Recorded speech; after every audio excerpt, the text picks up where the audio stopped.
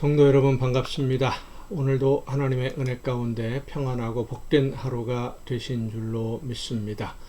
이 시간 우리가 이 가정 예배를 통해서 함께 은혜를 나눌 본문 말씀 신약성경 마가복음 13장 28절부터 32절까지에 있는 말씀입니다.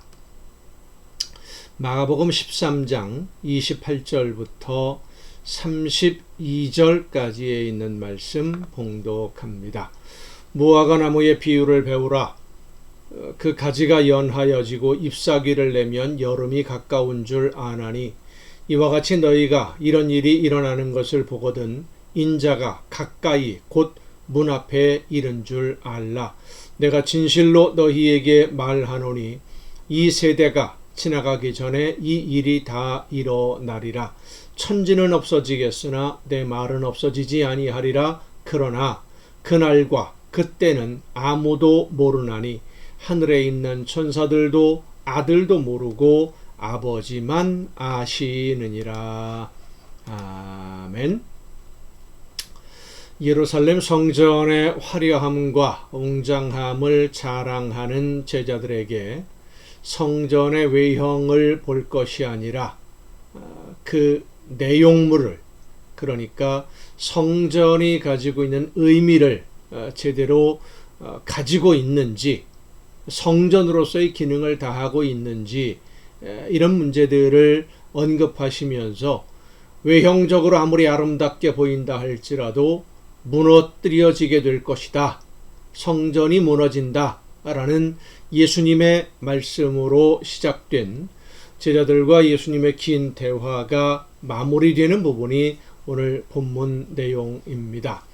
성전이 돌 위에 돌 하나도 남지 않고 다 무너뜨려지게 될 것이라는 예수님의 말씀은 말씀을 듣는 제자들이나 유대인들 모두 충격일 수밖에 없는 말씀이었습니다.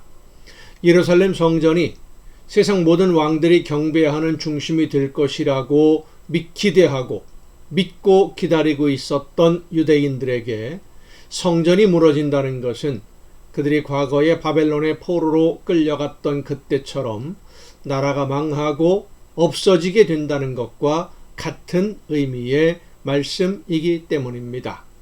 그래서 제자들이 예수님에게 그런 일이 언제 일어나게 될 것인지, 때가 언제인지 물었던 것인데, 예수님의 대답은 예루살렘이 무너뜨려지게 되는 날이 되기 전에 이러이러한 일들이 징조로서 있을 것이다에 대해서 말씀하시고 나서 그 때에 대한 대답을 오늘 본문에 보면 마지막에 하시는데, 어떻게 보면 제자들이 제일 궁금해하고 있던 그 대답이겠죠. 그때가 과연 언제일까?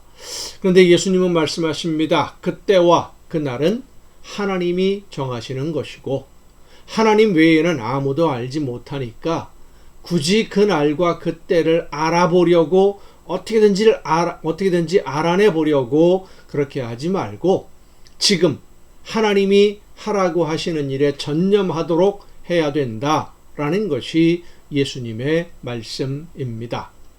하나님 외에는 아무도 알지 못하는 그날, 우리가 하나님을 만나는 날이 바로 그날이지요. 그날은 세상이 끝나는 날일 수도 있고요. 세상은 여전히 역사 속에서 존재하고 세상의 시간은 계속되지만 개인에게 주어진 모든 시간을 사용한 후에 하나님의 부름을 받는, 그러니까 개인적으로 하나님을 만나러 가는 날일 수도 있습니다.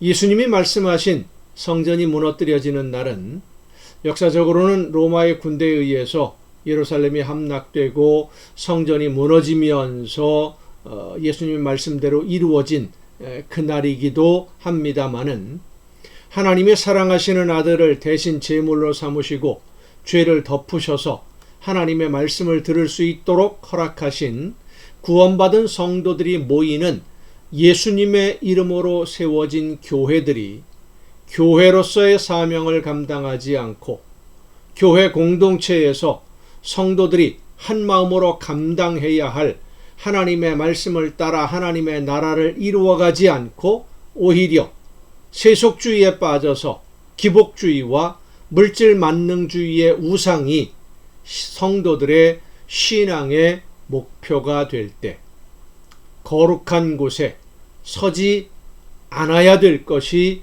서게 될 때 교회를 심판하시는 하나님의 날이 될 수도 있습니다.